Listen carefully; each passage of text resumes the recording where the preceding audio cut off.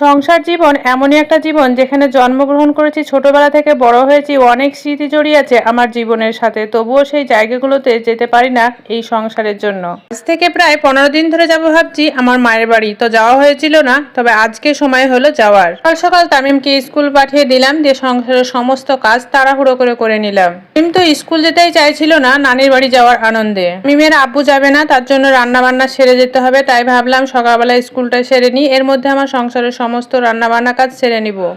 অনেকগুলো কাপড় কাচা আছে, সেগুলো কেচে নিব এখন। তারপরে আমি চলে এলাম রান্নাঘরে। কোথাও গেলে আমি বেশি রান্না বান্না করি না, তাই আমি সহজে একটা তরকারি বানিয়ে ফেললাম আলুর সঙ্গে ডিম। আসসালামু আলাইকুম এভরিওয়ান, সবাই কেমন আছো? আলহামদুলিল্লাহ, আমিও ভালো আছি। আমি মুর্শিদাবাদ থেকে বলো। তোমরা কে কোথা থেকে আমার ভিডিও দেখছো অবশ্য কিন্তু জানাতে ভুলো না। বড় ছেলেকেও খাওয়া দাওয়া করিয়ে স্কুল পাঠিয়ে দিলাম।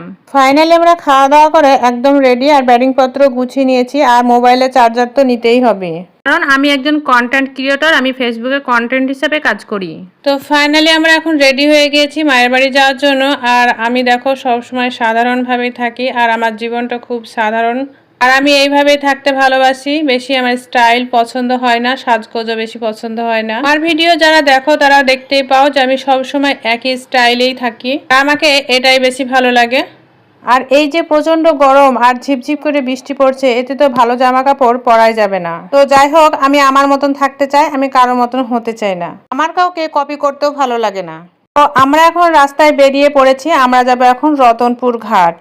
কিন্তু বহরমপুর দিয়েই মায়ের বাড়ি যাই, কিন্তু আজকে যাব রতনপুর ঘাট পার হয়ে, কারণ ওই পারে আমার একটা বোনের বিয়ে হয়েছে, সেখানে আমরা দুই বোনে একসঙ্গে যাব মায়ের বাড়ি। তো দেখো নৌকাটা ওই পার থেকে এই পারে আসছে, এখন আমরা এই নৌকাতে চলে যাব, আর আমার বোনরা ওই পারে অপেক্ষা করছে। দৃশ্যটা কিন্তু খুব সুন্দর। আর এই মাছ বিলে দেখো কচু পাতার জঙ্গল হয়েছে। তো এখন নৌকা ছেড়ে দিয়েছে, আর তামিম ভয়ে বসে পড়েছে দেখো। আর পাশে যে মেয়েটা বসে আছে সেটা হচ্ছে আমাদের ভাগ্নে বউ, হচ্ছে আমার ননদের বৌমা। আমরা একসঙ্গে আসলাম, আর আমি মামি বলে ডাকি। তো মামি যাবে ওই পারে কোনো একটা গ্রামে, তার আত্মীয়র বাড়ি। আমরা এখন আছি মাছ বিলে, আর কি দৃশ্যটা দেখো, নৌকাটা যাচ্ছে আর পানিটার কি অবস্থা, খুব সুন্দর দেখাচ্ছে।